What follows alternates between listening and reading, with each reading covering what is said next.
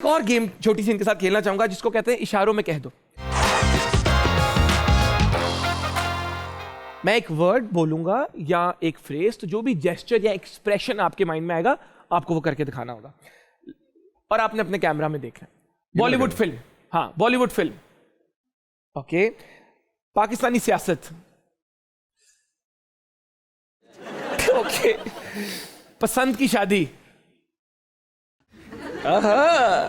मेरा पहला प्यार,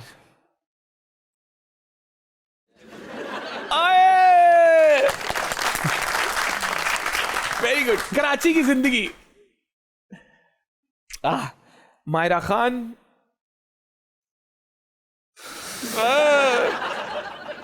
सहर खान, ज़ैनब शबीर। ये पहली दफा बोल पड़े जो कि नहीं बोल रहा था।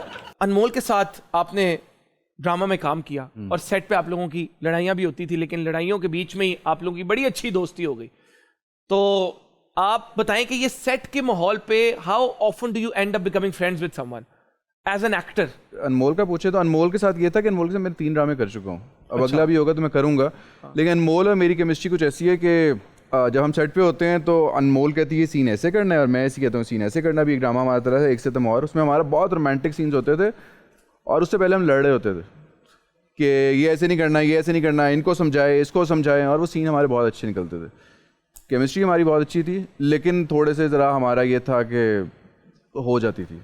लेकिन हम ऐसा नहीं है कि हमारी बातचीत नहीं है, हमारी ऑफ द साइड आज के दिन भी मेरी अनमोल से बातचीत है। तो हमारे बहुत ऐसे सीन थे जिसमें हमारे लिटरली फड्डे होते थे, लेकिन वो सीन बहुत अच्छा निकलता था। लेकिन हमारी बाद में दोस्ती भी थी कि हम शाम को बैठ के चाय भी पी रहे होते थे, कभी अनमोल कुछ ले आती थी, हम खा भी रहे होते थे, कभी मैं कुछ ले आता था, हम लोग बैठ के खा रहे होते थे। एक हमारा इंटरव्यू भी ऐसा हुआ था जिसमें पता नहीं हो गया था कि हमारी शायद लड़ाई हो गई। इंटरव्यू में लड़ाई हो गई थी? इंटरव्यू के बाद ऐसी कोई बात हो गई थी कि लगा था लोगों को कि लड़ाई हो गई, लेकिन अनमोल से आज भी मेरी दोस्ती है, मतलब अच्छे टर्म्स हैं हमारे। अनमोल, उसामा तुम्हें मिस कर रहा है। अनमोल कोई लड़ाई नहीं है, सबको बता दो। यहाँ से बात को मैं आगे लेकर जाना चाहूंगा कि ज़ैनब शबीर कहती हैं कि वो आपकी दोस्त हैं, लेकिन लोग अक्सर आपको उनके साथ रिलेट करते हैं। Now my question is, audience के लोग, ना ज़ैनब उनकी पुप्पो की बेटी है, ना आप उनके खाला के बेटे हैं, ये लोग क्यों दो लोगों को आपस में रिलेट कर देते हैं? इसके पीछे वजह क्या होती होगी? क्या उनके पास टाइम बहुत है जो उनको पता नहीं चल रहा कि गुजारें किस तरह? क्या कोशिश होती है कि हम बंदे को ऑकवर्ड कर दें या इनसिक्योर कर दें? ये क्या वजह है कि लोग दो लोगों को आपस में रिलेट कर? मैं भी गया, कश्मीर गया अम्मी अब्बू के साथ, तो मैं गाड़ी में बैठा हुआ था, मेरे साथ एक लड़की आई, उसने नॉक की आंटी थी। मैंने शीशे नीचे किया, बीवी कहाँ है तुम्हारी? कौन सी? हाँ ज़ैनब कहाँ है? नहीं है उसके साथ। एक बस साथ गुजर रही है, लड़कियाँ थी, वो कॉलेज बस जा रही थी, उन्होंने कहा वो ज़ैनब शबीर का मंगेता है। ज़ैनब शबीर, अब्बू ने कहा हाँ तुम्हारी होगी मंगनी। मुझे नहीं बुलाया बेटा, मुझे नहीं बुलाया बेटा। कि दो यार, लेकिन खुशी की बात है कि मेरा को खर्चा नहीं कराया। अब्बू के दोस्त मुझसे आए कह रहे हैं खान साहब शर्त लग गई, साड़ी मंगनी हो गई पुत्र दी, खाने की लग गई। मैंने कहा यार बद मुझे लेके जाए, मैं खाऊंगा रोटी। कहाँ लगी है शर्त? नहीं हुई, मतलब लोगों ने बना लिया कि हो गई है तो क्या? तो शर्त लगाने ऊपर से सिर्फ खाने की और सिर्फ खाने की। सम रिसर्चर्स से कि ये इंसानों को अच्छा भी फील करवाता है, क्योंकि जब भी आपको किसी सिचुएशन के बारे में पूरी इंफॉर्मेशन नहीं होती ना, आप अपनी अजम्पशन क्रिएट करके उस सिचुएशन का कंट्रोल ले लेते हो कि नहीं नहीं नहीं इनका तो सीन ही है। आपके अंदर फिर आपको बड़ी अच्छी फीलिंग आना शुरू हो जाती है कि ओके आई नो इट, अब मुझे समझ लगी क्या हो रहा है। तो यार आप अपने टाइम को अच्छी जगह पे इस्तेमाल करो, आप अपने टाइम से अपनी ज़िंदगी को बेहतर करो, बनिस्बत के आप CID की तरह 2 पिक्चरें लगा के उनके ऊपर वो सुइयाँ लगा गया है 2 महीना। क्या हो गया? इट वॉज अच्छा fun, good vibes, I hope you enjoyed the show.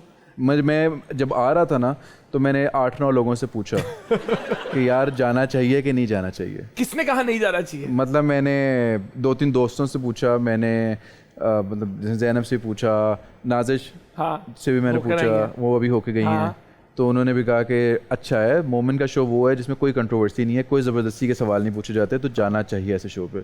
तो फिर मैंने सर्च की कि यार ऐसी जगह तो नहीं है कि जहाँ पे कोई मसला मसाइल आए, क्योंकि आपको डर ही लगता है।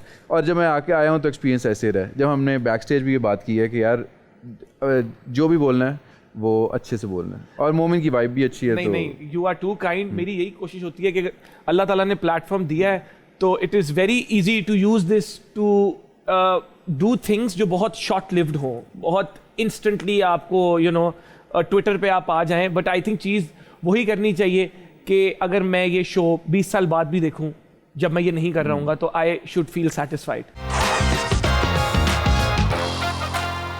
तो शो का एंड हम हमेशा किसी ऐसी बात से करते हैं जिस बात से मुआशरे में को बेहतरी आ सके। तो आज मैं चाहूँगा हम बात करें थोड़ी सी आपके साथ हेल्दी वर्किंग एनवायरनमेंट पे, कि हम सबको काम करना पड़ता है, काम करते हैं तो ज़िंदगी चलती है, खाना खाते हैं, बिजी भी रहते हैं, लेकिन अक्सर जो हमारा वर्किंग एनवायरनमेंट होता है वो बड़ा टॉक्सिक हो जाता है। एक दूसरे की हम टांग खींच रहे होते हैं, दूसरों की चुगली कर रहे होते हैं, किसी की प्रमोशन हो भी जाए तो हम खुश नहीं हो रहे होते, या काम पे नेगेटिविटी क्रिएट करने की कोशिश करते हैं। तो हमें चाहिए कि हम इन चीज़ों को ख़त्म करें, क्योंकि जब एक हेल्दी वर्किंग एनवायरनमेंट नहीं होता ना, तो आपके जो एम्प्लॉयज़ भी होते हैं, एक तो उनकी प्रोडक्टिविटी भी डिक्रीज़ करती है, एंड आई एम श्योर उसकी वजह से आपकी कंपनी के ओवरऑल प्रॉफिट्स भी डिक्रीज़ करते होंगे। आपके एम्प्लॉयज़ की जो फीलिंग्स हैं ऑफ सेफ्टी वो कम हो जाती हैं, decrease feelings of psychological safety, ज़्यादा नेगेटिविटी काम पे आती है, आपका एम्प्लॉय टर्नओवर भी इंक्रीज हो जाता है, एक छोड़ के गया फिर दूसरा आया। तो हमें चाहिए कि एज एम्प्लॉयज़, एज एम्प्लॉयर्स, हम अपना वर्किंग एनवायरनमेंट जितना अच्छा रख सकें, जितना पॉजिटिव रख सकें, उतना ही आपके लिए भी बेहतर है, आपकी कंपनी के लिए भी बेहतर है, आपके एम्प्लॉयज़ की मेंटल हेल्थ के लिए भी बेहतर है, और आपके ओवरऑल मुल्क के लिए भी बेहतर है। आपकी कंपनी तरक्की करेगी, मुल्क भी तरक्की करेगा। तो ताड़ी मेहरबानी की फ़ायदा यार है, टेंशन आता है, छोटी सी ज़िंदगी, काम करना प्यार मोहब्बत के साथ करो। ये मेरी तरफ से था। बाकी उसामा भाई, आपका इस पर क्या थॉट है? कि सबसे ज़्यादा बड़ा मसला ये आता है कि लोग शॉर्ट टर्म सोचते हैं कि आज हमें फ़ायदा हो जाए, आज ही हो जाए। जो आप डिज़र्व करते हैं आज आपको नहीं मिल रहा, लॉन्ग रन में आपको मिल जाएगा। आज ना करें कोई ऐसे लड़ाई, कोई झगड़े। बहुत से एम्प्लॉयज़ होते हैं आपस में, या फिर हम एक्टर्स भी आपस में एक दूसरे से लड़े होते हैं किसी ना किसी बात पे, कोई प्रमोशन की बात पे या किसी टाइमिंग की बात पे। लेकिन आप लॉन्गर रन में देखें तो आपको फ़ायदा होगा। आप अपने टाइम आने का वेट करें, बजाय इसके कि आप दूसरे के टाइम पे वो चीज़ें एक्सपेक्ट करने लग जाए जो दूसरे को मिल रही है। अल्लाह ताला ने आपके लिए अगर रखा हुआ है तो आपको मिलेगा, कोई बंदा आपसे छीन नहीं सकता। तीसरी बात यह है कि जब आप एक ऐसे माहौल में काम कर रहे होते हैं जो बहुत टॉक्सिक होता है, आप जब घर जाते हैं ना तो आप साथ लेके चले जाते हैं, आपकी तबीयत ख़राब होती है। मैंने एक सेट पे काम किया था जिसमें मुझे लगता था कि मुझे रोना आता था रोज़ाना कि यार मैं क्यों काम कर रहा हूँ यहाँ पे। और जब मैं घर जाता था तो मैं हर बंदे से लड़ रहा होता था। वो जब ड्रामा ख़त्म हुआ तब मुझे एहसास हुआ कि यार इस वजह से मेरी तबीयत ज़्यादा ख़राब होती थी, या इस वजह से मेरे मूड स्विंग ज़्यादा थे। तो जब आपका एक इन्वायरमेंट बहुत ख़राब होगा, बहुत टॉक्सिक होगा, तो वो सारा का सारा आपके अंदर आएगा। हम लोग तो ड्रामे करते हैं 3 महीने, 6 महीने, 8 महीने, ड्रामा ख़त्म हो गया। लेकिन जो लोग ऐसी जगह पे काम करते हैं जिन्होंने सारी उम्र वहाँ पे काम करना है, तो उनके बिहेवियर में क्या चीज़ें अडॉप्ट होती है, वो आप फिर सोचें कि वो कितना आगे तक जाता होगा। Thank you so much. इस बात पर गौर करें। बिल्कुल ज्वाइन करने से पहले कहूँगा कि उन्होंने कहा ना कि जब मैं घर जाता था फिर मैं घर वालों से भी लड़ता था, तो उनके काम पे जो उनको इन्वायरमेंट मिलता था वो उनको तो अफेक्ट करता था, फिर उसकी वजह से वो उनके घर वालों को भी आई एम श्योर अफेक्ट करता होगा। ऐसे ही। तो इस बात पर गौर करें और ज़िंदगी में हंसते खेलते रहें। छोटी सी ज़िंदगी है। मिलते हैं आपसे हद कर दी के अगले एपिसोड में। तब तक के लिए अल्लाह हाफ़िज़।